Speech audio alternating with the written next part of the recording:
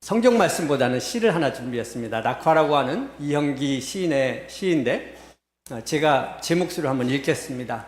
가야 할 때가 언제인가를 분명히 알고 가는 이의 뒷모습은 얼마나 아름다운가. 봄 한철 격정을 인내한 나의 사랑은 지고 있다. 분분한 낙화 결별이 이룩하는 축복에 쌓여 지금은 가야 할 때. 무성한 녹음과 그리고 머지않아 열매 맺는 가을을 향하여 나의 청춘은 꽃답게 죽는다.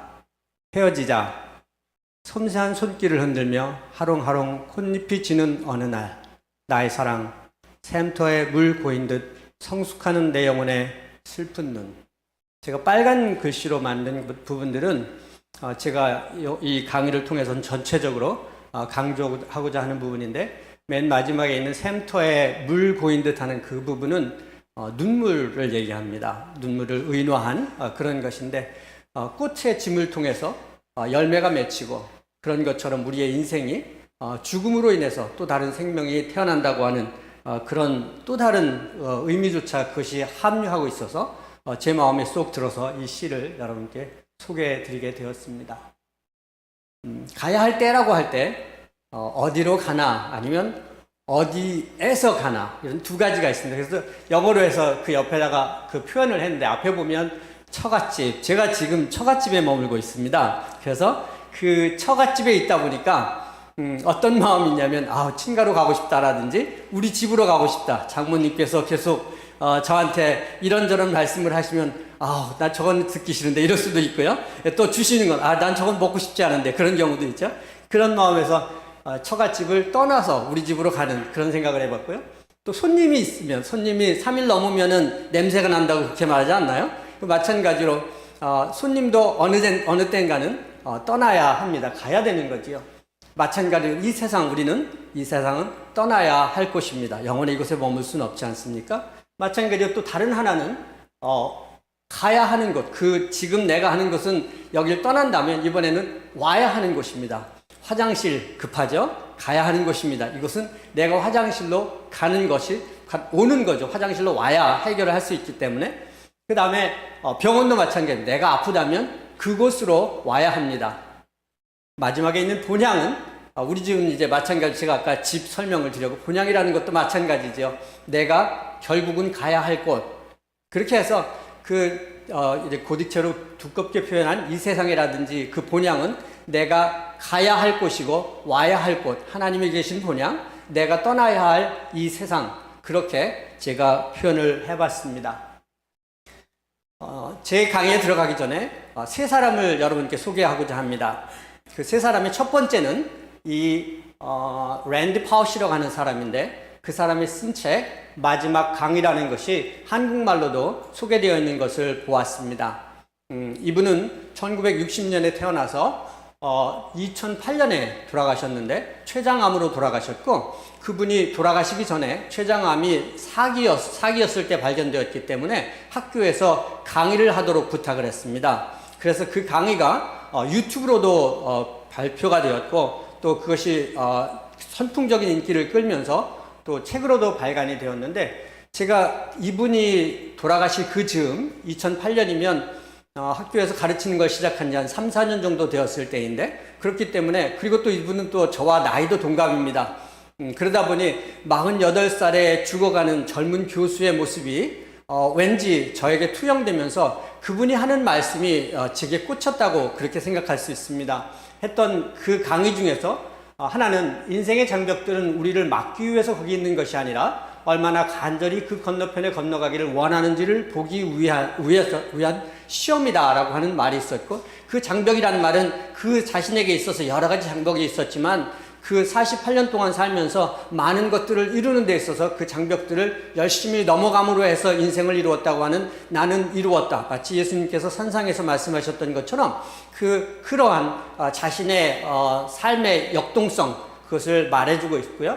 또 그 아래는 손에 쥔 카드를 바꿀 수 없다면 주어진 카드로 최선을 다해라. 이거는 이제 미국 사람이니까 한 말이어도 우리로 한다면 화투장이라고 말할 수 있겠죠. 화투장에 손에 쥐어졌다면 더 이상 그 화투장을 바꿀 수 없으니 주어진 것 가지고 최선을 다하라. 실수하지 말라. 그런 것이 되겠죠. 우리 인생은 이미 주어져 있고 내 부모님은 바꿀 수 없고 내가 태어난 한국을 바꿀 수 없다면 그 주어진 환경 속에서 최선을 다하라고 하는 가르침이 젊은 교수가 아주 좋은 학교에서 일찌감치 테뉴어를 받고 이미 정년이 보장되어 있는 상태였지만 갑자기 찾아온 췌장암으로 인해서 죽게 되었는데 전혀 그에 굴하지 않고 마지막까지 학교에 돈을 도네이션 받을 수 있고 또 그 췌장암 파운데이션에다가 그 기금을 모아주는 그런 많은 일들을 하고 짧은 삶을 마친 그런 분입니다. 다음으로 토리와 함께한 화요일이라고 하는 책입니다. 이 책은 모리 박사님께서 마지막 돌아가시는, 이분은 연세가 많으셨는데 돌아가시는 과정에서 마지막 14주 동안 자신의 제자와 함께 나눈 대화 내용이 이 책에 소개되어져 있습니다. 그 내용들은 자신의 인생을 돌아보면서 사랑이 얼마나 중요한가, 나와 다른 사람의 관계가 얼마나 중요한가, 그리고 뿐만 아니라 다른 사람을 배려하는 것이 인생에서 얼마나 중요한가 하는 그런 가르침을 아주 잔잔하게 가르쳐 줍니다.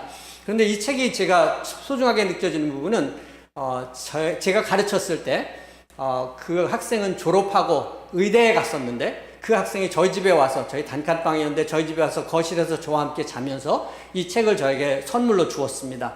아마도 그 교수처럼 저도 늙어가면서 많은 가르침을 줄 수 있는 그런 사람이 되었으면 하는 그런 소망이 아니었을까 생각해서 이 책을 소중하게 지니고 그리고 그 가르침을 따르고자 그렇게 생각을 합니다. 또 마지막으로 또 다른 한 사람은 이 B.J. 모리스라고 하는 이 의사 선생님입니다. 이 B.J. 밀러요. 이분은 18살 때 기차 위에 올라가서, 그때가 대학생 때인데 아마 치기로 그랬던 것 같습니다. 기차 위에 올라가서 장난치다가 위에 고압선이 지나가는데 거기에 시계로 감전이 돼가지고 두 다리와 한쪽 팔을 잃어버렸습니다. 굉장한 고통이 있었다고 그렇게 말을 합니다.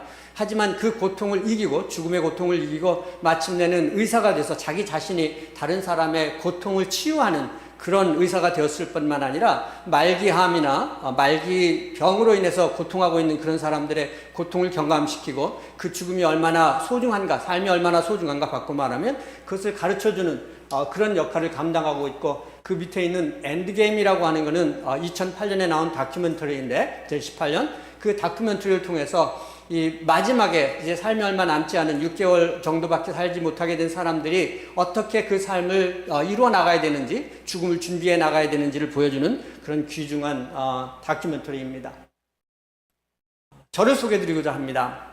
우리 송 목사님께서 말씀하신 것처럼 저는 합동신학원을 나왔습니다. 그 전에는 한남대학교, 대전에 있는 한남대학교를 졸업했고 고려대학교 대학원 거기에서 생물학을 전공했습니다. 그리고 합신을 졸업한 뒤에 목회를 하다가 미국으로 들어가서 사우스다코타 주립대학이라는 곳에서 생물학 박사를 받고, 그리고 그 아래 있는 사우스캐롤라이나 의과대학은 미국에서 제일 먼저 생겨진 의과대학이라고 합니다. 그곳에서 자랑스럽게도 사람의 대장암 연구를 하다가 그 다음에 두 학교에 가서 가르치고 지난 학기에 24년간의 가르침을 마치고 지금 귀국해서 은퇴 후에 삶을 살아가는 중입니다.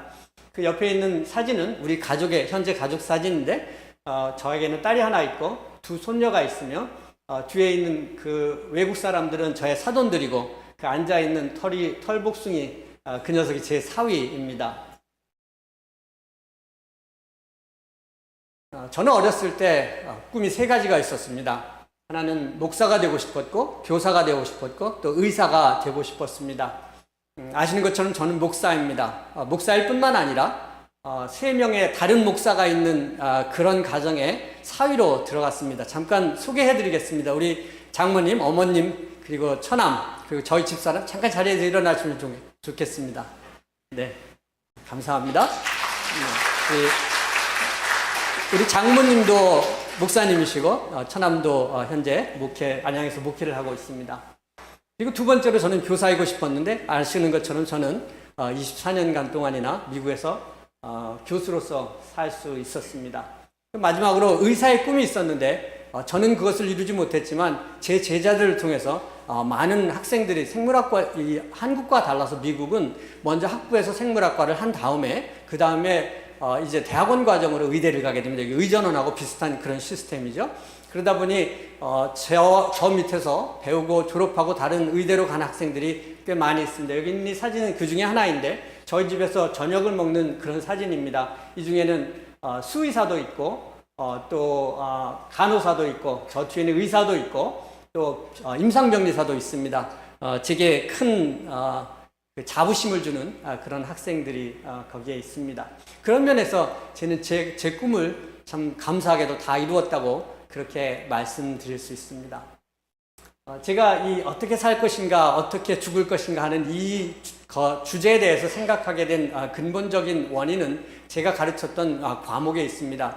목사님께서 제가 분자유전학을 전공했다고 말씀하셨는데 저는 그뿐만 아니라 학교에서 미생물학 그리고 인체해부학을 가르쳤습니다. 인체해부학은 직접 시체를 앞에 놓고 학생들 앞에서 같이 해부하면서 신체의 모든 장기 부분들을 살펴보는 그런 해부학을 가르치기를 한 20년 동안 그렇게 했었고요. 뿐만 아니라 지난 10년 동안은 이 생명윤리학이라고 하는 과목을 제가 개설해서 가르쳤는데 그 생명윤리학의 주된 내용이 삶과 죽음 관련돼서 안락사라든지 아니면 낙태 또 자살 그런 것과 또 의료 문제 의사의 윤리나 또 의료 보험 이 의료 분쟁에 관련된 것들 그런 것도 환경 문제 그런 것들도 같이 연구를 했었습니다. 그러다 보니 이 과목이 굉장히 친숙한 그런 제목이 되었습니다. 이곳에 와서 이 강의를 준비하면서 인터넷으로 이 어떻게 살 것인가라고 하는 제목을 쳐봤더니 이런 책들이 올라왔습니다. 그러면 어떻게 살 것인가 정현구, 교산 이성택 교무의 원불교 경전강에 또 어떻게 살 것인가라는 제목이 있고 또 맨 뒤에 가면 유시민 작가가 쓴 어떻게 살 것인가라고 하는 책도 있었습니다. 많은 사람들이 이에 대해서 관심을 가지고 연구하고 생각한다고 하는 것을 보여주는 것이라 하겠습니다. 제가 이 제목을 정할 때 저와 같이 가르쳤던 교수에게 제 생각을 말하고 이런 것으로 강의를 하려고 하는데 제목이 어떤 것이었으면 좋겠는가 물었더니 그분이 하시는 말씀이 어떻게 살 것인가가 너무 평범하니 어떻게 죽을 것인가로 하면 어떻겠는가 그렇게 말을 해서 저도 그에 동의하고 이 제목을 죽음 어떻게 준비할 것인가 그렇게 정했습니다. 제가 이뿐만 아니라 가르쳤던 것이 이 죽음과 관련된 것뿐만 아니라 우리 가정 속에서도 제가 조금 각인되는 그런 죽음들이 있었습니다. 여기 계신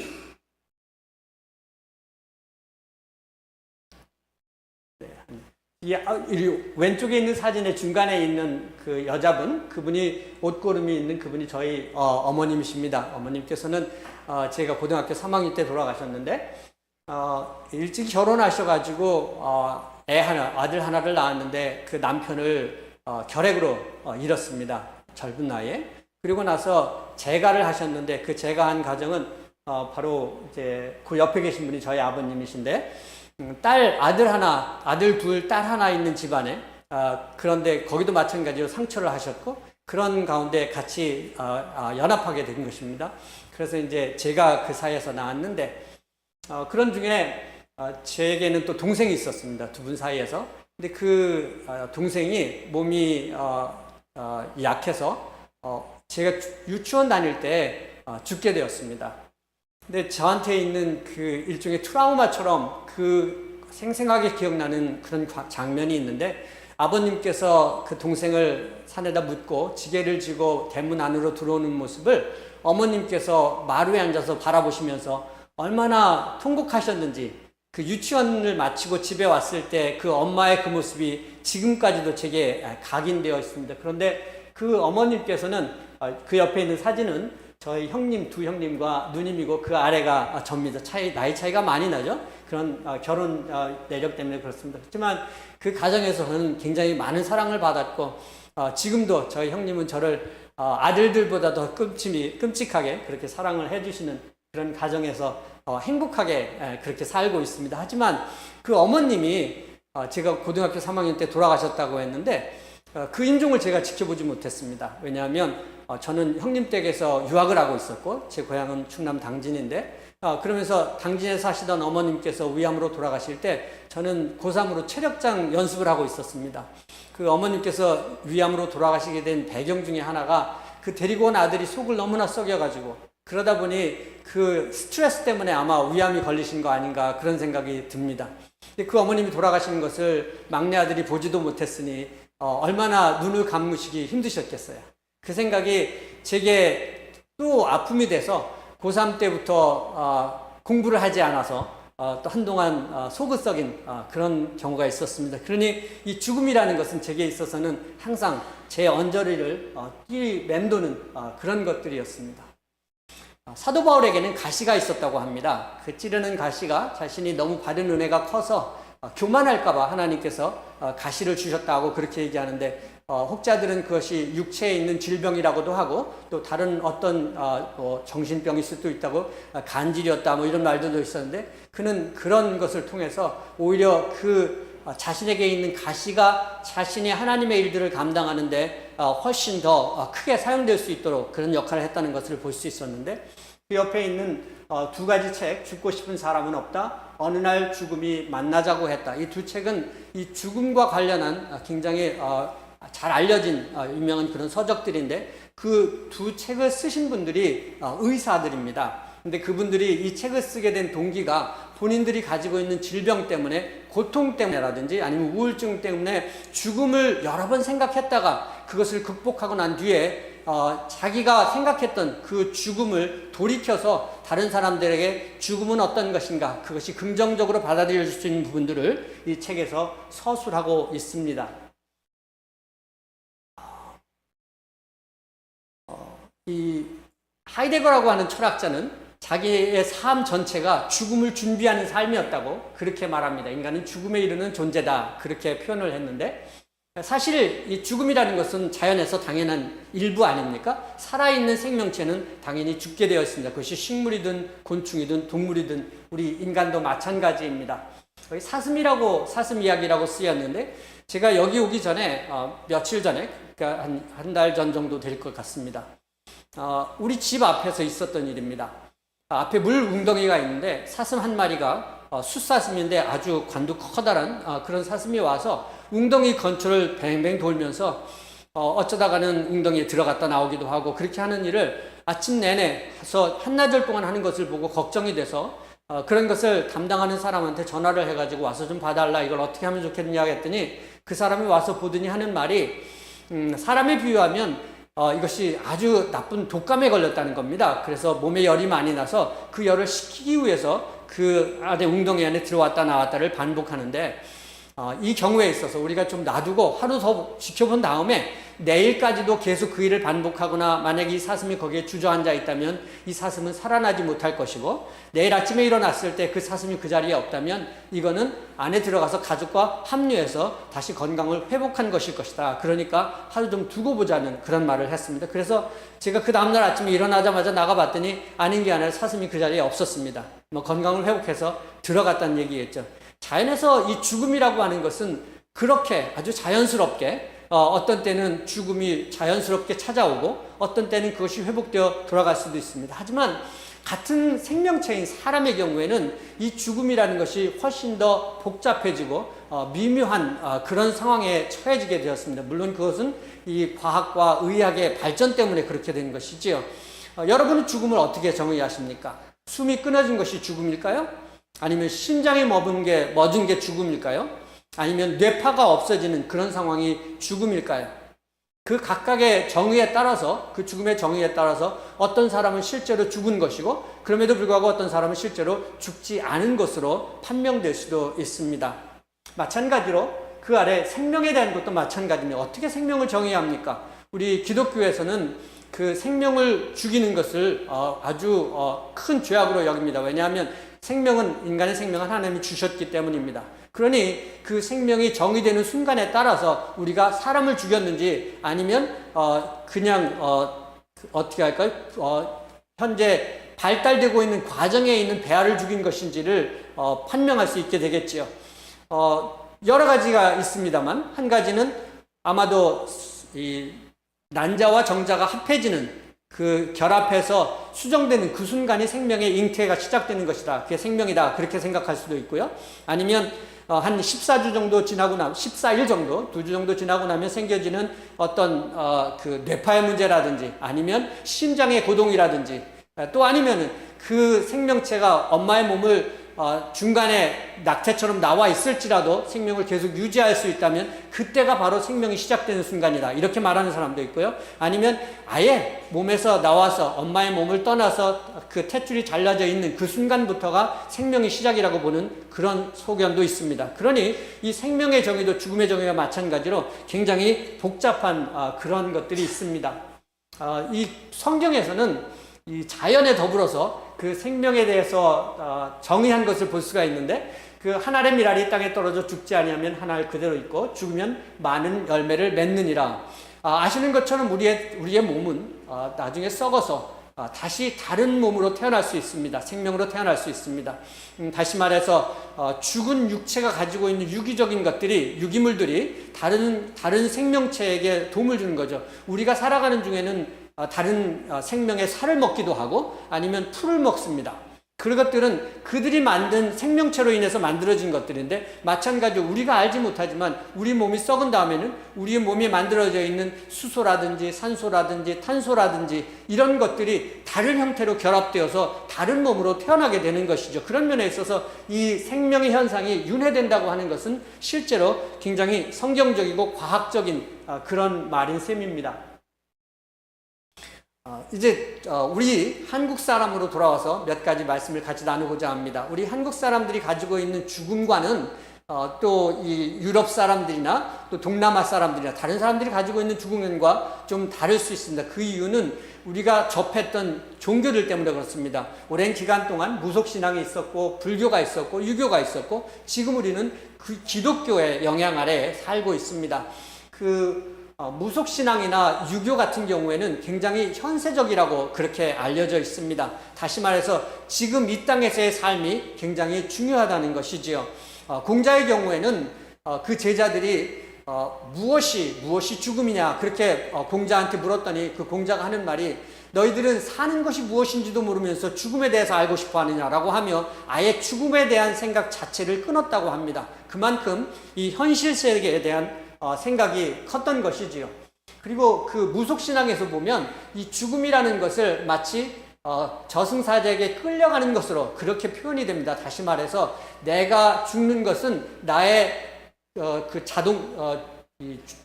능동적인 선택이 아니라 수동적으로 죽음을 당해서 그 삶을 마치는 그런 것으로 그것은 내 뜻과 무관하게 이루어지는 그런 일들로 알려져 있기 때문에 죽음은 천벌일 수도 있고 그 죽음 자체는 우리가 원하지 않는 그런 터부시하는 주제가 되었던 거죠. 아시는 것처럼 기독교는 물론 기독교에서도 이 죽음이라고 하는 것을 죄와 더불어서 설명을 합니다. 선악을 알게 하는 나무의 과실을 따먹음으로 해서 우리가 죄를 알게 되었고 그것을 먹음으로 해서 우리는 죽음에 이른다고 그렇게 성경이 말씀하시죠. 근데 또 한 가지 곁들여지는 것은 그에 겹쳐서 죽은 경우에 그것이 끝이 아니라 영혼이 있다고 하는 것이 우리 기독교의 다른 종교들과 다른 점입니다. 우리는 그 영혼이 하나님을 만나기 때문에 이제 삶의 연속성이 죽은 후에도 그 끝이 아니라고 하는 그것이 있지요. 그런 죽음은 육체와 영혼의 분리의 과정으로 그렇게 설명되어집니다. 죽음의 과정은 굉장히 다이나믹합니다. 그 자체가 역동적으로 일어난다는 것이죠. 처음에는 호흡이 느려지고 맥박이 늦어지고 그리고 또 의식이 점점 없어지고 마침내는 그가 체온이 낮아진다. 그런 여러 가지 통을 통해서 생명 현상을 마치게 되는 거죠. 그리고 그 과정에서 산소가 결핍되고 소흡이 늦어지면서 산소가 결핍되기 때문에 생겨지는 현상 중에 하나가 임사체험이라고 알려져 있습니다. 물론 이 임사체험이라는 말은 죽음에 가까워지면서 하늘을 본다든지 또 새로운 세계를 본다고 하는 그런 체험인데 그에 대한 것도 학문으로 많은 사람들이 연구를 하지만 저는 이것을 생물학자의 견지에서 여러 가지 책들을 본 바에 의하면 이것은 뇌의 작용이 뇌의 부작용으로 나타나는 산소가 결핍했다든지 아니면 호르몬이 서로 이 맞지 않아서 임밸런스 돼서 그래서 나타낸 현상이라는 그런 설명을 저의 믿음으로 제 생각으로 가지고 있습니다.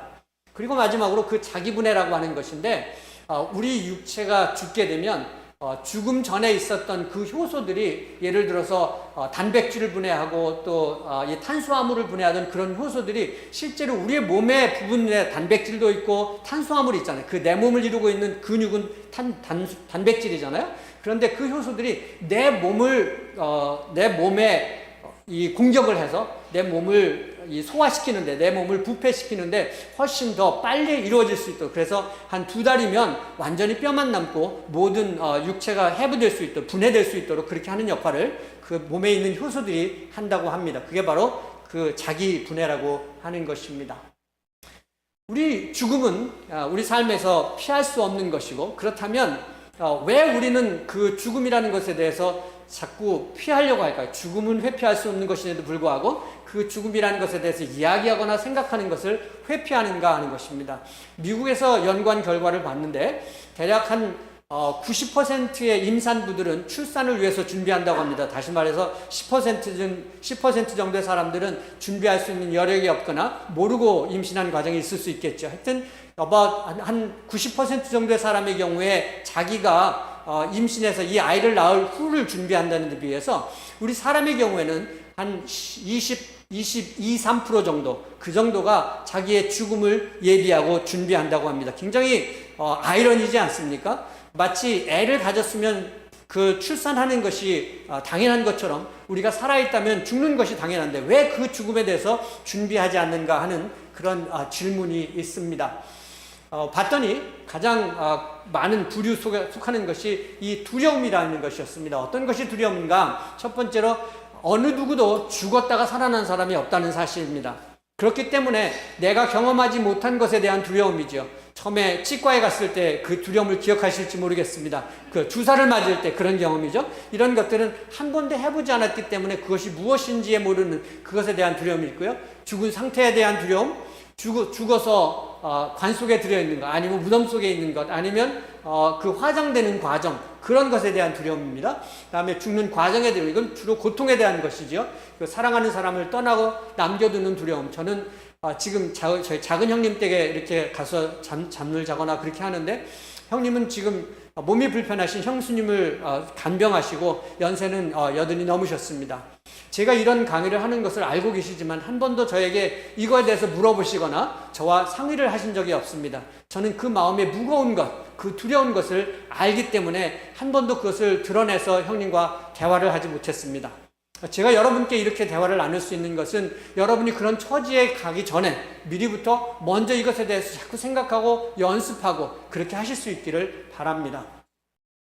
유교에서는 아까 말씀드린 대로 이 현세적인 것들을 많이 생각하다 보니까 특히 우리 한국 사람들이 이따가 나중에 보시겠지만 죽음에 대해서 거의 말하지 않습니다. 생각하지를 않습니다. 그러다 보니 어떤 것들인데 이 현세가 중요하죠. 뭐 성형수술이라든지 아니면 명품 그런 것들을 몸에 지닌다든지 그런 것들에 대해서 또 아니면 자녀들이 얼마나 잘 되었는가, 내가 얼마나 높은 위치에 있는가, 돈이 얼마나 많은가, 그런 것들에 대해서 굉장한 이 자부심을 가지고 사람들과 얘기하는데 결코 그것이 제가 살고 있는 미국에서만큼은 통용되지 않는 그런 것들입니다.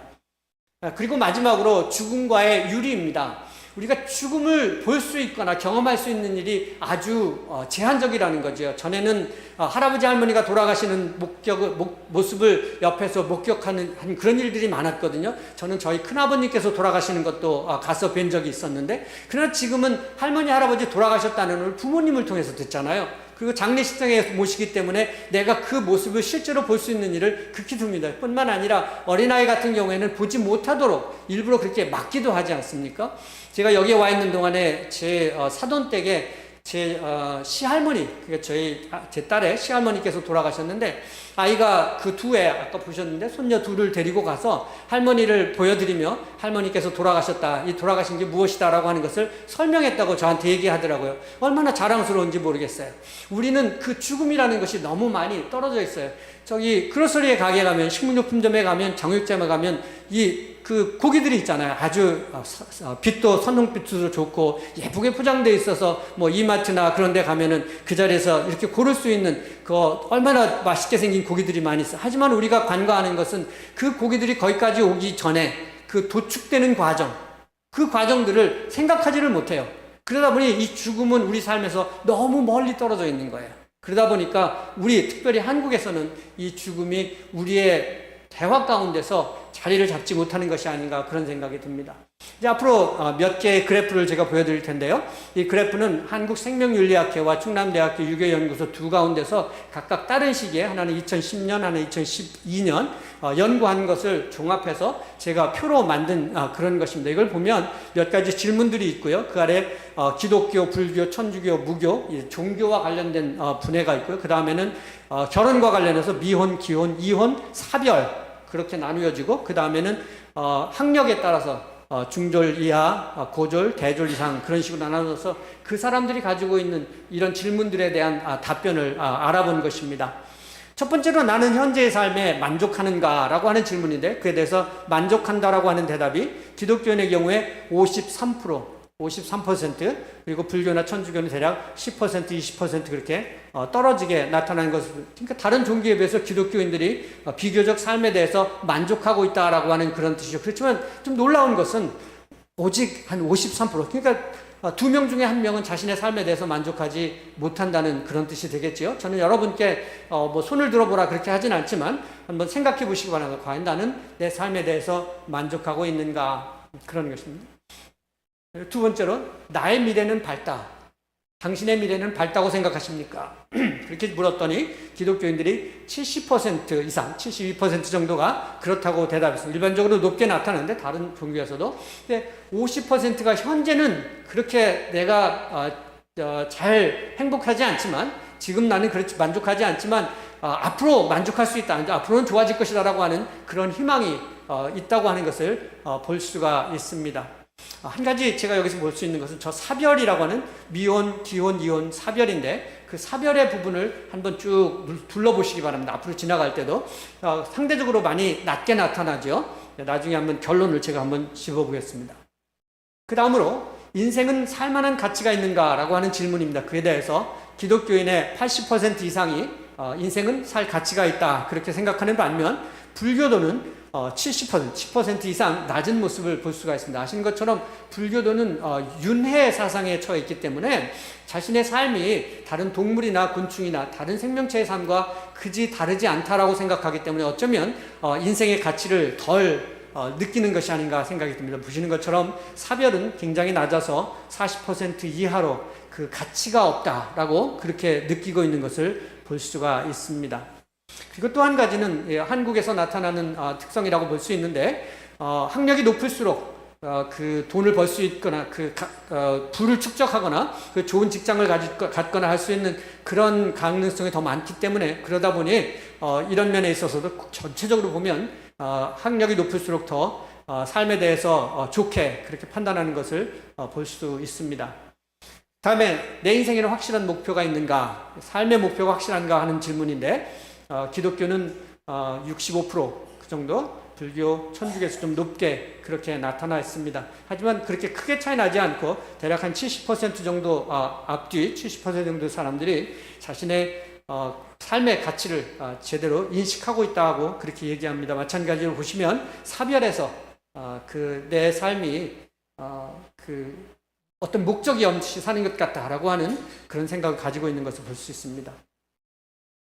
나는 죽음을 자주 생각한다라고 하는가라고 하는 질문에 그렇다고 하는 대답이 기독교인의 경우에 40%, 불교, 천주교에서 낮게 나타나고 그 다음에 미혼에서도 낮은데 갈수록 기혼, 그 다음에 미혼, 사별에서는 60% 넘게 오히려 기독교인이나 불교들 이 종교인들보다도 더 높게 죽음에 대해서 심각하게 자주 생각한다고 하는 것을 볼 수가 있습니다. 이쯤에서 제가 한 가지 말씀드리는 것은 그분들이 생각하는 이 죽음이라고 하는 것은 죽음이 무엇인가 그것이 아니라 내 삶이 가치가 없고 목적이 없기 때문에 차라리 죽는 것이 낫다고 하는 그 자살 충동을 가질 수 있다고 하는 것을 이것이 분명히 여실히 보여주는 겁니다. 어쩌면 우리 교회에서 이혼하시거나 아니면 사별하신 분들에 대해서 특별한 목회 사명을 가지고 돌봐야 될 부분이 아닌가 그런 생각이 들었습니다.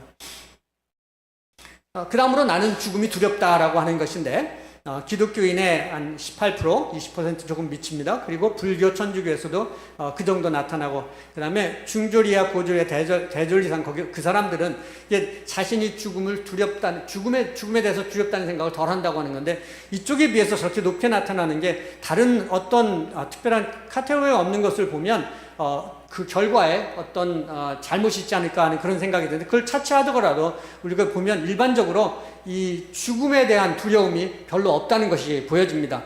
저는 이것을 보면서 사실 죽음이 두렵지 않아서가 아니라 우리의 이 문화, 한국인의 문화가 죽음에 대해서 생각하지 않기 때문에, 그러다 보니 죽음이 두렵다는 것조차도 생각한 적이 없다라고 하는 그런 뜻으로 저는 이 설문의 답을 해석을 했습니다. 여담인데요.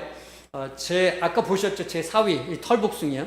이 사위는 아주 이 시골 사람입니다. 근데 우리 동네는 때가 되면 이 새를 사냥하거나 아니면 곰이나 또 이런 사슴 같은 걸 사냥하는 것을 아주 즐깁니다. 네, 우리 사위가 그렇게 하는데, 하루는 그 사슴을 사냥해 가지고 와서 아마 집 앞에서 그걸 해부했나 봅니다. 그러니까 그 사슴을 이렇게 나누고 이 껍질을 벗기고 했는데, 제 손녀가 가서 아빠가 하는 걸 봤나 보죠. 4살인데 이제 그걸 쭉 보고 하니까 이제 설명을 한 것 같아요. 네, 이게 사슴인데 네가 먹었던 그 고기가 이렇게 해서 만들어졌다, 뭐 그런 설명을 한 것 같아요. 이 녀석을 저희 집에 데리고 왔는데 집 앞에서 사슴이 놀고 있는 거예요. 저희 집에. 이렇게 하니까 굉장히 이상해 보이자. 근데 저희가 살고 있는 동네가 그렇습니다. 이제 앞에서 사슴이 놀고 있는데, 이건 기르는 사슴도 아니고 야생의 사슴이 이렇게 돌아다닙니다. 근데 그걸 보면서 이 녀석이 제게 말을 했는데, 그 말을 아주 정확하게 기억은 못하지만 내용이 어떤 거냐면, 저 사슴을 잡아서 먹으면 맛있겠다, 그런 얘기를. 이 죽음이라고 하는 것이 그렇게 내 앞에 있으면 전혀 두려울 수도 없고, 그것에 대해서 달리 생각할 이유가 없고, 어차피 사는 것은 죽는 것이다라고 하는 가르침이 될 텐데, 우리들의 경우에 너무 이 죽음이 우리 삶과 유리되어 있는 것이 아닌가, 그런 마음이 듭니다. 영혼은 존재하는가라고 하는 질문인데, 기독교인의 70%가 영혼은 존재한다고, 불교와 마찬가지로 많이 떨어져 있습니다. 그리고 사별한 경우에 영혼은 존재하는데 그 마음속에 간절함이 느껴집니다. 70%의 기독교인이 영혼이 존재한다라고 생각하는 것이 좀 예사롭지 않게 느껴지기는 합니다. 다음으로 사후세계가 있는가라고 하는 질문에 그렇다고 한 대답이 마찬가지로 거의 70%에 육박하는데, 그 커다란 갭, 30% 이상의 기독교인들은 사후의 세계가 없다, 그렇게 생각한다는 겁니다. 우리 목사님들 입장에서는 좀 생각해야 될 부분이 있지 않나, 그러면 교회 왜 오지? 그런 생각이 들지 않아요? 다음 질문이 또 있습니다. 비슷한 건데, 신은 있는가? 신이 있다고 생각하나? 그렇게 물었더니 여기 보면 80%에서 신이 있다고 하고 20%는 신이 없다고 한답니다. 이 질문이 나는 그렇게 생각한다, 나는 그럴 수 있다고 생각한다를 합해서 신은 있다에다가 그 80%고 나머지는 없다고 생각한다, 없다, 그렇게 하는 게 20%거든요. 그렇게 생각하면 있을지도 없을지도까지 포함됐다고 보면 굉장히 낮은 수치라고 생각합니다. 우리가 교회 오는 이유가 그 인문학적인 강의를 듣기 위해서 오거나 아니면 다른 성도들과의 교제를 위해서 오는 게 아니잖아요. 우리의 삶과 관련된 그런 중체대한 것 때문에 오는데, 이런 생각을 가지고 교회에 온다고 한다면 정말 심각하게 한번 생각을 해보셔야 되겠습니다. 여러분께 묻지는 않겠습니다. 하나님은 계신가요? 제가 여쭤봤죠. 그 다음으로 죽음에 대한 시각입니다. 죽음에 대해서 부정적인 시각을 쓸 수 있고 또 긍정적인 시각을 가질 수도 있죠. 그 옆에 동전을 보여주고 있는데, 이건 동전의 양면일 수 있지. 이렇게 볼 수도 있고 저렇게 볼 수도 있습니다. 하지만 제가 이 자리에 서서 이것에 대해, 죽음에 대해서 말하는 것은 죽음은 결코 부정적일 수 없다라고 하는 말씀을 드리고자 합니다. 부정적인 생각들은 죽음이 피할 수 없고 마침내 굴복하는 것이다, 아니면 불가항력적인 것이다, 결국 맞을 것이다, 이건 피동적인 거죠. 그렇게 생각하는 경우에 이것은 내가 이 세상에 더 이상 살 수 없는 지경에 이르렀기 때문에 불행한 일이다, 가족들과 떨어지기 때문에 불행한 일이다, 내가 행복을 느낄 수 없기 때문에 불행한 일이다 라고 생각하는 그런 죽음관입니다. 그에 반해서 이 긍정적인 시각은 죽음도 삶의 일부이다. 다시 말하면 우리는 지금 살고 있습니다. 그 말을 바꾸면 우리는 죽음을 향해 가고 있습니다. 똑같은 거예요. 그렇기 때문에 이 죽음이라고 하는 것은 완성이지요. 우리의 삶의 완성, 맨 마지막의 마침표. 그 마지막은 굉장히 중요한 의미를 갖습니다. 왜냐하면 우리가 살았을 때 어느 순간을 사람들이 제일 많이 기억할까요? 그 죽음의 순간입니다. 죽음의 과정 중에 맨 마지막 순간. 그것이 병원일지 아니면 유언을 남기는 순간일지 아니면 어떤 현상일지 모르지만 그 사람을 내가 접했을 때 가장 마지막에 살았을 때 만났던 그 사람이 내게 가기를. 우리는 몸을 남기고 가지만 이 몸은 썩어서 없어지잖아요. 결국 남는 것은 우리의 그 의식들, 가지고 있었던 그 사람의 어떤 뭐라 그럴까요? 느낌, 그죠? 그 사람의 느낌이 우리에게 남게 됩니다. 그죠? 그러니까 그 죽을 때, 내 삶의 죽음의 모습을 통해서 다른 사람들이, 그 사람은 참 좋은 사람이었어. 그 사람은 훌륭한 사람이었어. 멋있는 사람이었어. 멋있는 아빠였어. 엄마였어. 라고 생각할 수 있게 되는 그런 죽음의 과정을 맞는다는 것은 어떤 면에 있어서 인생을 성공적으로 사는 거지요. 이제 열심히 잘 살았는데 죽는 과정에서 살고 싶다고 몸부림치고 그렇게 한다면 참으로 안타까울 수밖에 없죠. 제가 또 가정의 얘기를 해야 될 텐데 저희 아까 보신 것처럼 저희 형님들은 연세가 많으시잖아요. 사실 저는 지금 이것이 강의라기보다는 제 간증입니다. 그리고 저 자신에게 하는 말이고요. 그래서 저는 그렇게 하지 말아야지 하는 생각을 하는데 큰형님께서 지금 이제 거의 90을 바라보십니다. 형수님께서는 작년에 돌아가셨고, 근데 혼자 사시는데 혼자 아파트에 사시면서 자녀들이 와서 돌고, 형님은 중풍이 있으셔가지고 걷지를 못하시고 기거나 기력이 없으셔서 간전히 누웠다 일어났다만 하시는데 이 요양원을 가시기 싫으시다는 거예요. 요양원 얘기만 나오면 우시는 거예요. 이 자녀들은 딸 셋이, 딸 둘, 아들 하나가 돌아가면서 간병을 하는데 결혼한 자녀들이 이틀씩 와서 잠을 자고 교대로 그렇게 서로 돌봅니다. 그러니 얼마나 힘들겠어요. 한 조카가 제게 그렇게 말을 해요. 그냥 그 씁쓸한 얼굴로 삼촌 이러다가 나는 청춘을 그냥 버리는 거 아닌가 싶어. 너무 마음이 아팠어요. 그 형님은 저를 키워주신, 아까 말씀드린 대로 제가 유학 갔던 그 집에 그 형님이신데, 형님이 그런 상황에 있는데 조카들이 그렇게 고생을 하는데 제가 도움이 될 수 없다는 것이 얼마나 마음이 아팠는지 모르겠어요. 마음에 이 죽음이라고 하는 것이 그 어느 순간에 우리에게 왔을 때 내 스스로가 그것을 컨트롤할 수 있지 못하면, 내 스스로가 그것을 조절하지 못하면 그런 아쉬운, 안타까운 현상을 맞게 된다는 것을 말씀드립니다. 죽음은 삶에 유한하다는 것은, 이것은 가르침이죠. 죽음을 생각할 때마다, 제가 죽음을 자주 생각해야 된다고 말씀을 드렸는데, 우리가 죽음을 생각할 때마다 무엇을 생각합니까? 그래서 잘 살아야지. 그래서 이렇게 살아야지. 그래서 일을 해야지. 그 죽음이라고 하는 것은 우리들에게 임박하게 해야 할 일들을 가르쳐 줍니다. 그 마지막으로 죽는 과정을 의지에 따라 품위 있게 이룰 수 있다라고 하는 것은 좀 이따가 말씀드리려고 하는 것에 내 몸, 죽은 이후에 내 몸을 어떻게 할 것인가에 대한 그것까지도 생각해 보아야 된다는 것입니다. 돌아가다라는 말은 어르신이 죽으시면 돌아가셨다 그렇게 말합니다. 영어에서도 그 말을 pass away, passed away 그렇게 말을 하는데, 그 말은 제가 갖는 뉘앙스가 어떤 거냐면 한 사람이 앞에서 이렇게 저를 향해서 옵니다. 그리고 저를 거쳐서 또 나아갑니다. 지나갑니다. 바로 그 지나가다라는 뜻입니다. 그냥 돌아갔다는 말은 이 세상에 살다가 가셨다라고 한다면, 이 passed away는 참으로 그런 심오한 뜻이 그 안에 있는 것 같아요. 우리의 삶은 다른 한 사람의 생에 갔다가 지나가는 것입니다. 그렇다면 내가 그 사람의 인생에 내가 갔을 때 그 사람에게 어떤 의미가 되는가, 얼마나 중요한 생각인지 모릅니다. 그러니 우리가 살면서 만났던 이 순간에 이 장소에서 이 교회에서 이 사람들과 가족을 이루고 그랬을 때 그 만났던 사람들에게 좋은 의미를 주는 것, 그것은 그 무엇과도 바꿀 수 없는 아주 소중한 삶의 일부분입니다. 이렇게 하다 보니까 제가 잊은 사람이 있습니다. 이동희 목사님 어디 계시죠? 이동희 목사님 저기 이동희 목사님하고 사모님이 계셨는데 잠깐 일어나세요. 죄송합니다. 제가 소개를 못 드렸어요. 저분들이 제가 소개를 못 했다고 말씀을 드렸는데 저하고 신학교를 같이 다녔던 그런 동기이신데 얼마나 소중한 분인지 몰라요. 제게 여러 면에서 제가 여기 오면 자기가 입던 옷도 주고 그렇게 하면서 저를 아주 살갑게 대해 주시는데, 그런 분들은 잊을 수가 없죠. 인생에 있어서 그분은 그런 사람이야 라고 생각하는 그런 느낌을 주잖아요. 우리 원 목사님하고 어떤 생각이 드십니까? 아주 저음으로 인자하신 그런 아버지 같지 않으세요? 그런 느낌을 줄 수 있다고 하는 것은 굉장히 소중한 일입니다. 아까 죽은 몸에 대해서 잠깐 말씀드렸는데, 이제는 제가 잠깐 우리가 죽었을 때 어떻게 몸을 대해야 할 것인가에 대해서 말씀을 드리려고 합니다. 사체와 생체의 차이점은 내가 숨을 쉬는가 숨을 쉬지 않는가 그 차이죠. 그렇지만 그 가치로 치면 굉장한 차이가 있습니다. 사체는 제가 애들한테 이 해부를 하려고 사체를 사잖아요. 그러면은 그 사체의 가격이 대략 한 200만 원 정도 합니다. 한 구를 사면, 그래서 남자 한 구, 여자 한 구 사면은 400만 원이면은 두 구를 살 수 있어요. 그렇지만 여러분의 이 살아있는 몸은 그 가치가 대략 3억 정도 한다고 합니다. 3억 정도. 굉장히 큰 돈이지요. 그 3억이 200만 원으로 가치가 전락하는 거예요. 죽고 나면.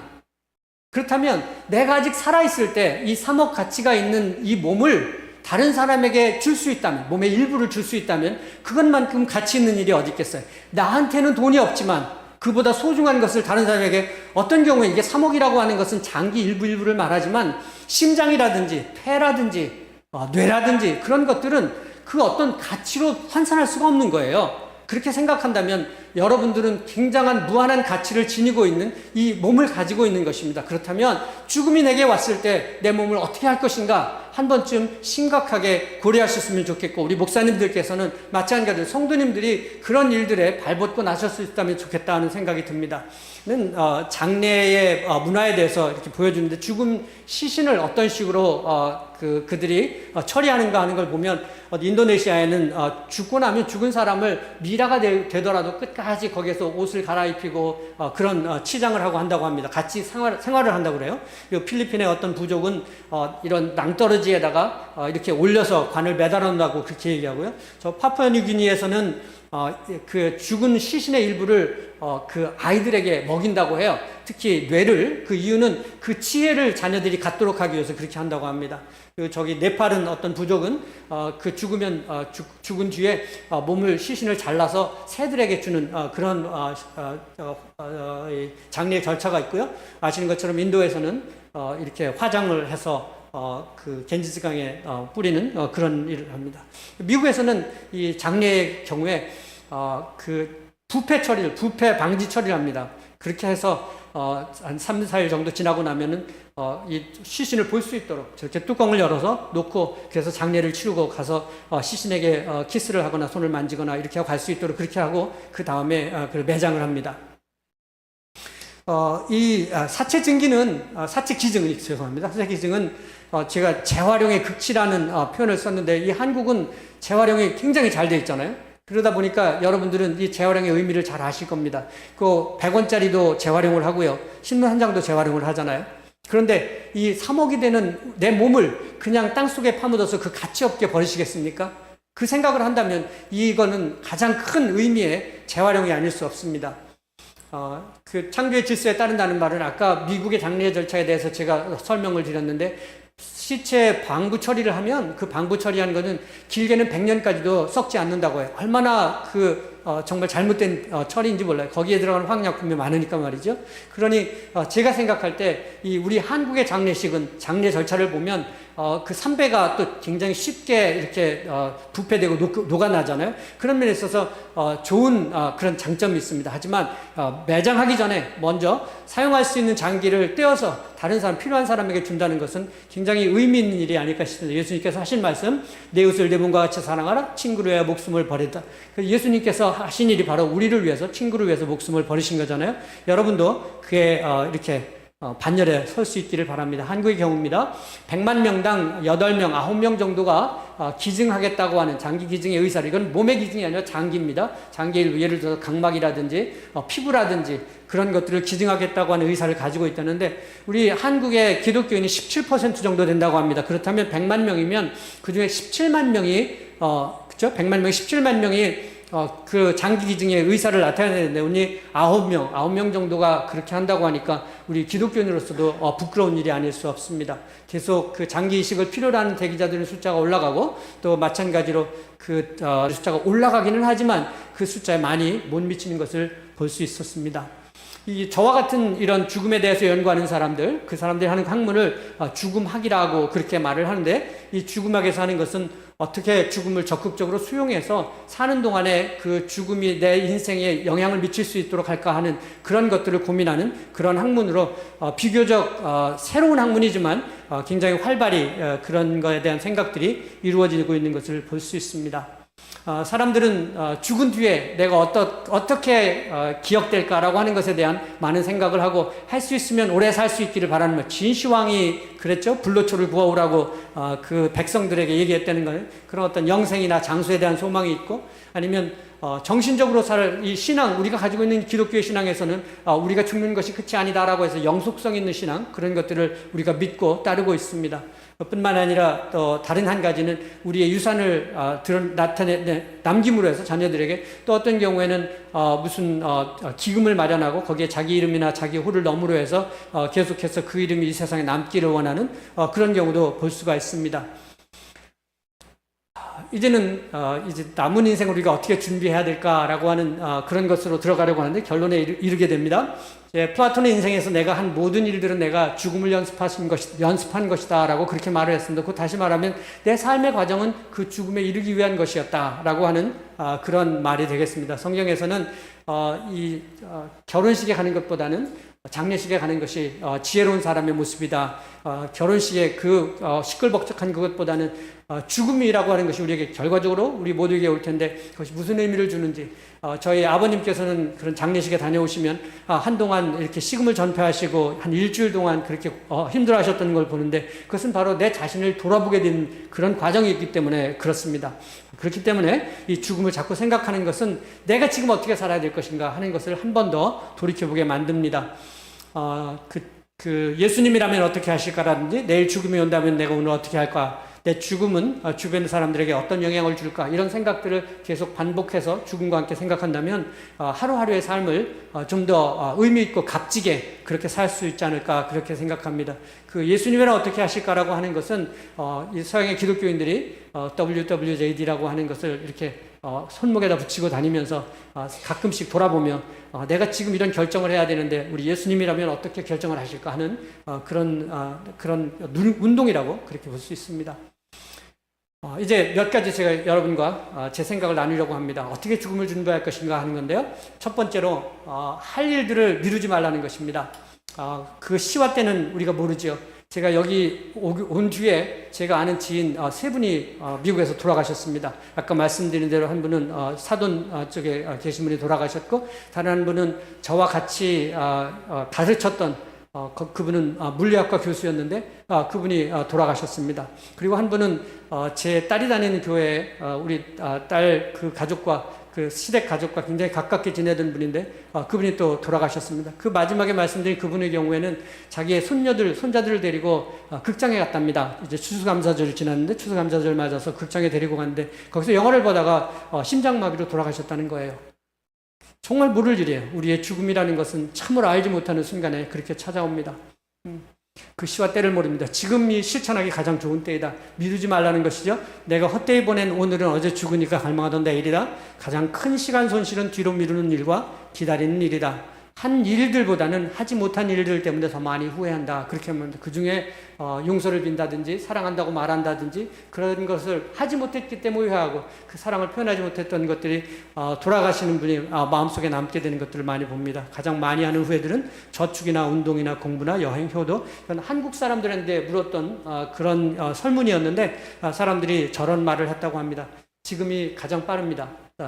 미루면 이룰 수 없는 것들이 많이 있습니다. 그 중에는 두 번째로 건강을 챙기라는 것인데, 이 건강은 육체적인 건강뿐만 아니라 영적인 건강도 내포합니다. 건강한 식습관이나 일정한 신체 활동, 운동을 말합니다. 수면 패턴을 유지하고 긴장이나 스트레스를 관리하라. 자신을 존중하는 마음, 긍정적인 생각이나 행동이나 말을 해라. 이런 것들이 있는데, 그 옆에 있는 도표는 운동한 사람과 운동하지 않은 사람의 차이를 보여주는 건데, 보면 저 빨갛게 드러난 부분이 살면서 그 질병 때문에 고통하는 그 기간을 말합니다. 위에는 운동하지 않은 사람 경우에, 그런 사람 경우에는 한 50세부터 몸에 슬슬 병이 나타나는 거예요. 그렇게 해서 그 병으로 인해서 그 병과 함께 살다가 한 75세 정도 그렇게 산다고 합니다. 반면에 그 밑에 보면은 건강한 활동을 한 사람들, 건강하게 생활하는 사람들, 운동하는 사람들 경우에는 그게 75세까지 튼튼하게 건강하게 살다가 그보다 한 2, 3년 정도 더 이제 사는데 그때 좀 아프다가 돌아가신다는 거죠. 물론 뭐 한 이틀만 아프고 죽으면 더 죽겠지만 이 운동하는 것이 주는 것이 오래 살려고 한다는 것은 큰 의미가 없어요. 그것보다는 건강하게 산다고 하는 거죠. 그 사는 동안에 내가 건강하게 사는 것, 그것 때문에 이 운동을 해야 된다 하는 그런 말씀을 드립니다. 그리고 영적인 것, 기도하는 시간, 명상. 저는 한국에 오면 제일 좋은 거가 새벽 기도 가는 거예요. 미국에는 그런 게 없거든요. 새벽 기도 가서 말씀을 듣는 것도 좋지만 아침에 가서 오늘 할 일도 그 기도하는 동안에 오늘 할 일도 생각하고 그렇게 하면서 하루를 시작하는 것은 우리 몸에 있어서 굉장히 좋은. 저는 또 일기 쓰는 것을 권장을 합니다. 우리 장모님께서 말씀하는데 그런 목사님이 계시다고 하더라고요. 일기 쓰는 걸 장려하시는. 근데 저도 그렇습니다. 저는 일기를 쓴 지가 대략 한 15년 정도 된 것 같은데 그 일기의 내용을 그렇게 씁니다. 처음에는 오늘 있었던 일, 그리고 내일 할 일, 그리고 마지막에는 그 오늘 되돌아보면서 리플렉트 하는 거, 그러니까 어떤 삶이었는가, 하루였는가를 생각하는 그런 부분을 길게 쓸 필요는 없지만 그렇게 함으로 해서 내가 내일은 뭐 할 건지도 생각할 수 있고 오늘 했던 중에 잘못한 것은 물론 이제 오늘 이 강의하고 난 뒤에 집에 가면 또 오늘 내가 그때 그렇게 할 걸 하는 후회가 있을 것입니다. 그럼 다음에 할 때는 그걸 바꿀 수 있겠죠. 바로 그런 것을 생각할 수가 있습니다. 마지막으로 또 한 가지는 장례 준비를 하라는 것입니다. 유언장을 쓰라는 건데 이 유언장에는 격식들이 있습니다. 그 안에 누가 내가 죽은 뒤에 나의 그 남은 것들을 처리할 것인지라든지 또 내가 가지고 온 재산은 어떤 것이고 그건 어떻게 할 것인지 그리고 장례식 때 사용되기로 하는 성경 구절이나 찬송가 그런 것들 또 혹시라도 내가 가진 재산의 일부를 기증하겠다면 그 기부에 대한 것들 또 그런 것들을 이 유언의 유서에 작성해 쓰고요. 그러면 꼭 지금 썼다고 해서 끝까지 죽을 때까지 그냥 덮어두는 것이 아니라 매년이나 시시때때로 만약에 내 재산이 늘어났다라든지 생각이 바뀌어서 그놈은 나 안 주겠다 했다든지 그러면 바꾸면 되는 것이죠. 그러니 이 유언은 지금이 가장 적절한 때다 그렇게 생각합니다. 그리고 장례보험이나 상조회 이거는 그 과정을 보니까 이 대명상조회라는 곳에서 제 매형이 돌아가셨을 때 이 일을 해결해 주셨는데 아주 그분들이 굉장히 그 모든 것들을 잘 하시더라고요. 그러니까 상조회에 들어서 하는 것도 한 가지 방편이 되지 않을까 생각하고요. 장례 비용을 따로 마련하시는 것, 그것도 중요합니다. 자식들에게 부담이 되지 않게 하는 거요. 그 다음에 엔딩 노트라고 하는 건데 그 옆에 있는 사진은 제가 은퇴했을 때 제 딸로부터 받은 선물, 그 사진으로 찍은 것인데 거기에 보면 나는 할아버지의 이야기를 듣고 싶어요 라고 하는 제목입니다. 그러니까 마치 지 딸이 저한테 할아버지 이거 뭐예요 하고 물어보는 것 그런 형식으로 그 안에 들어져 있는데 거기에 보면 할아버지는 어디서 태어났어요? 할아버지 엄마 아빠는 누구예요? 할아버지는 어렸을 때 어느 학교를 다녔어요? 그리고 좋아하는 사람이 있었어요? 뭐 이런 얘기를 비롯해서 어렸을 때부터 쭉 해서 살아오면서 가장 좋았을 때가 언제였어요? 혹시 할아버지도 죽고 싶다는 생각을 한 적이 있어요? 라든지 굉장히 많은 질문들이 있더라고요. 근데 그게 저한테 큰 감동이 됐어요. 왜냐하면 제가 걔한테 그런 얘기를 해준 적은 없거든요. 하지만 그걸 쭉 하면서 저 자신을 돌아볼 수도 있고 나중에 제가 죽은 뒤에는 걔는 이 책만 있으면 우리 아버지 이런 사람이었다고 다른 사람한테 말할 수 있을 거 아니에요. 그래서 일거양득이 되겠죠. 굉장히 좋은 거라고 생각합니다. 혹시 여러분들께서 생각 있으시면 한번 교보문고 가보세요. 거기 이 교보문고에 아마 이런 책들이 비치되어 있지 않았을까, 한국말로 되어 있는 그런 비치되어 있지 않을까 그런 생각이 듭니다. 교보문고 얘기가 나와서 오늘 제가 좀 일찍 왔거든요. 그래서 교보문고에 들어가서 책들을 좀 봤는데 한 가지 책을 이렇게 열었는데 하필이면 거기 뭐가 있냐면 늙으면 우리는 둔감해져야 된다는 거예요. 그런데 그 중에 어떤 거에 둔감해져야 되나 몇 가지가 있는데 생각나는 게 한 가지 있는데 목사님의 설교에 둔감해지래요. 한쪽 귀로 듣고 한쪽 귀로 흘리래요. 그러시면 안 되죠. 주변 정리를 하라. 타인들에게 너그럽게 행동한다. 용서하고 용서를 구한다. 특별히 가족의 관계에 있어서 아까 말씀드린 대로 사랑한다는 말도 있지만 또 잘못한 것에 대해서 솔직하게 말을 하고 용서를 구하는 것, 그것은 대단히 중요한 일입니다. 그냥 사전 연명의료 의향서, 인공호흡기나 심폐소생술, 투석, 항암제, 수혈 같은 것, 그런 것들을 내가 그런 상황이 왔을 때는 내가 표현하지 못할 수도 있거든요. 그럼 미리부터 그에 대해서 나는 심폐소생술을 원하지 않아. 나는 내 안으로 목 안으로 그런 음식들을 넣어주지 마. 아니면 내가 혹시라도 신장이 기능을 하지 못했을 때는 투석하지 마. 그럴 필요 없어. 그런 식으로 해서 내 의향을 미리 표시를 해놓으면 나중에 어떤 상황이 왔을 때 가족들이 그 일을 결정하는데 도움이 됩니다. 만약에 그걸 내가 하지 않으면 그걸 누군가가 나를 대신해서 선택해야 돼. 예를 들어서 그것이 내 아내가 나의 죽음을 대신해서 선택한다든지, 내 자식이 우리 아버지는 더 못 살 것 같으니까 여기서 그냥 이 호흡줄 뺐으면 좋겠어요. 그러고 나면 나중에 언젠가가 오면 그런 생각할 수 있어요. 내가 아버지를 돌아가시게 한 거 아닌가. 그렇게 생각할 수 있거든요. 그렇지만 내가 분명히 적어놓고 나는 이거 하지 마라고 해서 그렇게 해서 내 인생이 맞춰졌다면 그것으로서 그 결정권은 내게 있었기 때문에 자식들은 훨씬 홀가분한 그런 일이 되겠지요. 또 한 가지는 문서는 중요한 것 한 곳에 정리한다. 사회 남은 가족들에게 필요한 아이디와 암호를 정리해둬라. 이런 것들도 그렇고 저는 있습니다. 그런 파일이 있어요. 그리고 그 다음에 하나가 행복했던 기억만 남긴다. 이게 뭐냐면요. 우리가 저희 집에도 저에 속해 있는 많은 것들이 있는데 가면은 정리할 것들이 뭐냐면 내가 고등학교 다닐 때 굉장히 좋아했던 거, 또 우리 아버지께서 가지셨던 거, 뭐 이런 거 하면서 보면서 즐기는 게 있잖아. 이건 내가 버릴 수가 없어. 이거 그때 우리 나이아가라 폭포 갔을 때 샀던 건데 그때 이런 일이 있었지. 그렇기 때문에 나는 이거 버릴 수 없어. 수건 한 장도 그런 것들이 있어요. 거기에 보면 무엇 기념해서 있기 때문에 이건 내가 버리지 못해. 왜냐면 그때 우리 형수님께서 권사 취임했거든. 이런 것들이죠. 그런데 그게 무슨 일이 생기냐면 나중에 죽고 나잖아요. 그 자식들한테는 찜인 거예요. 그 쓰던 거, 걔네들이 그걸 보고 이거 참 아버지가 이래서 소중하게 생각하지 않죠. 너무 큰 찜인 거예요. 그러니 만약에 그런 것들이랑 과감하게 버리고, 만약에 그것들이 꼭 내가 봤을 때 한 번쯤 더 보고 싶다 하면 사진을 찍어두세요. 그래서 보시면서 생각하셔도 되니까요. 그러면 파일로 넣어두면 그런 것들은 사진으로 저걸 하는 거죠. 이렇게 파일로. 그렇게 하면은 내가 보고 싶을 때 보고 나면 끝이잖아요. 그래서 버리는 것도 쉽고 USB 하나만 버리면 그만이니까. 꼭 그렇게 하셔야 자녀들에게 짐을 덜어줄 수 있습니다. 버리기 아까운 물건을 필요한 사람들과 나눈다. 저는 집사람을 꼭 이런 얘기하면 끌어들이는데 다른 사람들이 준 선물들은 비싼 거가 많이 있잖아요. 그러면은 그거를 찬장에 둬요. 그거는 그게 아카산가 하는 뭐가 있는데 이카산가 하는 게 있어요. 굉장히 비싼 거라 그러더라고. 우리가 이사했을 때 그 집에 들어온다고 집사님이 선물을 해주셨는데 못 써요. 너무 좋다고. 좋은 거기 때문에 나중에 써야 되는데 언제요? 아마도 제가 살아있는 생전에는 그건 못 쓸 것 같습니다.